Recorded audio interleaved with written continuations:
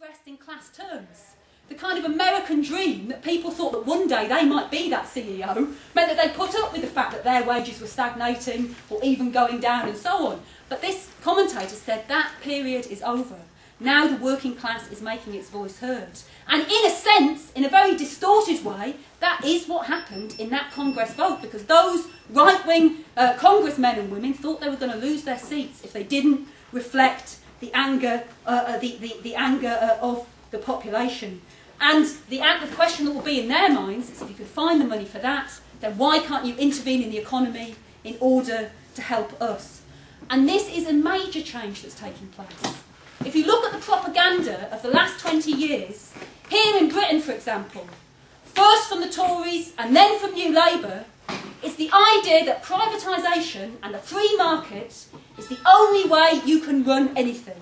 And so everything, virtually, that used to be in the public sector has been sold off. The Tories sold off the transport system. They sold off gas. They sold off electricity. They sold off water. They sold off telecoms. New Labour come in and sell off air traffic control. They bring private companies into our schools, into our hospitals. And the idea has been that is the only way that you can run things. And when people like us have raised no, you shouldn't privatise. Things should be run publicly. The vast majority of the population agree with us. More than 80% think the privatised utilities should be renationalised.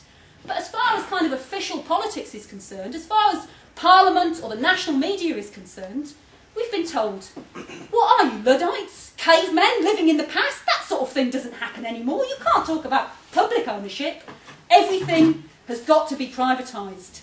And that period has now gone forever. Look, every day something else gets nationalised. I mean, it's incredible. I'm not going to give the whole list, but just a few highlights of what's been nationalised in the course of the last few weeks.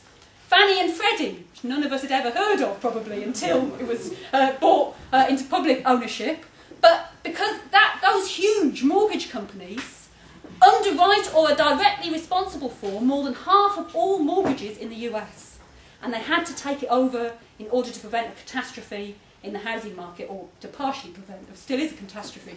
AIG, the biggest insurance company in the world, they had to take it over. Now Fortis, this bank in Belgium, which 1 in 2 Belgians bank with, it's the biggest single employer in Belgium, and in order to bail it out, the Belgian government couldn't do it on its own. They had to bring in the Dutch and the Luxembourg governments as well in order to rescue that bank. And here in Britain, the latest, of course, we had Northern Rock very early on in all of these nationalisations. We now have Bradford and Bingley. Now, none of these are genuine socialist nationalisation, but probably Bradford and Bingley takes the biscuit for being an utter rip-off. Because basically, Santander, this massive Spanish bank, have been given £21 billion of people's savings, and they paid £612 million for it. And for that, they got all the offices, all the other things of the bank thrown in as well. Meanwhile, the taxpayer took on all of the debts, the bad mortgages and so on. I mean, it's just giving Santander a huge present. I suppose all you can conclude from it is there's no bank in the world that's safe at the moment, but probably if you're deciding where to put your money in the next month, Santander's in a bit of a better situation due to the British government than any of the others are. But they carry on every day, more and more nationalisation. It's an astonishing change that has taken place. Why? Simply because they've got no choice, because their system isn't working. Last week, when Bernanke, the head of the US Fed, met with the leaders of the US Congress to discuss why they had to vote for this Paulson plan, he said to them, if you don't vote for it, there won't be an economy on Monday. This is a catastrophic situation for capitalism. The reason they've had to intervene on such a huge scale is to prevent a 1929-style crisis.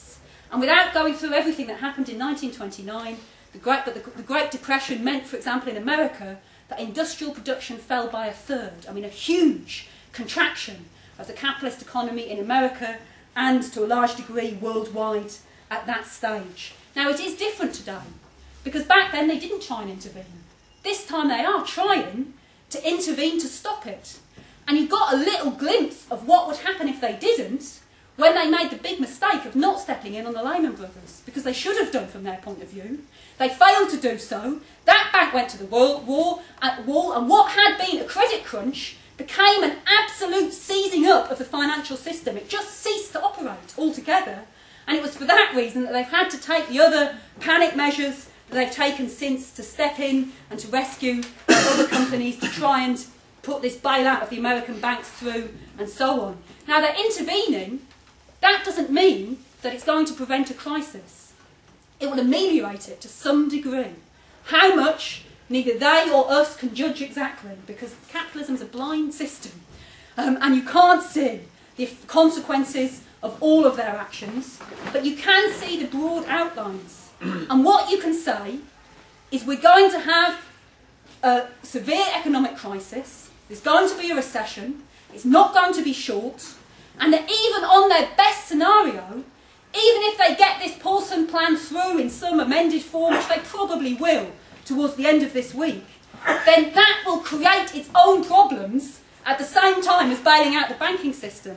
For starters, it's going to add absolutely enormously to the US public debt, and that has consequences. Of course, the main consequence, as the US public realises, they'll be asked to pay for it over the next few years. But it could also, for example, lead to a run on the dollar, which would have very bad consequences for the world economy, given its dominance as the main currency in the world. And by the way, if that's true for the US, it's 10 times as true for weedy little Britain, because Britain's economy is like a mini tiny US, with all of the faults of the US exaggerated, even more than is the case in America.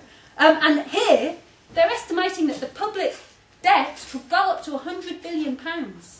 If that happens, there's no question there will be a further run on the pound. And let's face it, the pound is already going down pretty quickly, and the consequences for the British economy could be extreme. There are other problems that they've got. For example, the latest thing that's coming up is that in order to stop a kind of complete collapse of public confidence, which will result in runs on banks like we had with Northern Rock, then they're trying to up the amount that they'll be prepared to guarantee of individuals' deposits. So the Irish banks have now said that they'll give everything, any amount of deposit back if banks should fail. And there's pressure on everybody else to follow down the same road. The US, as part of the new Paulson package, has increased dramatically the amount of money that they would pay out. But it raises a question, because actually the national states couldn't afford to pay out all of that money if you actually had a whole series of banks hitting catastrophe. So intervention won't stop crisis, although it may ameliorate it to some extent. And there are other questions that I briefly want to answer, because a few weeks ago it was necessary to spend quite a lot of time in lead-offs like these, in speeches like these, explaining why what takes place in the finance sector does affect the rest of the economy. Because it was seriously being put forward in the capitalist press. It's all on the stock markets, but don't worry, it's not going to have any effect on the rest of us, we'll all be fine. I think it's not necessary to spend very much time on that now, because we can all see the consequences of what takes place in the finance markets and how it does affect what you could call the real economy. That is perhaps particularly true in Britain. In Britain, more than 1 million people work in the finance sector. So when you get, as every employer of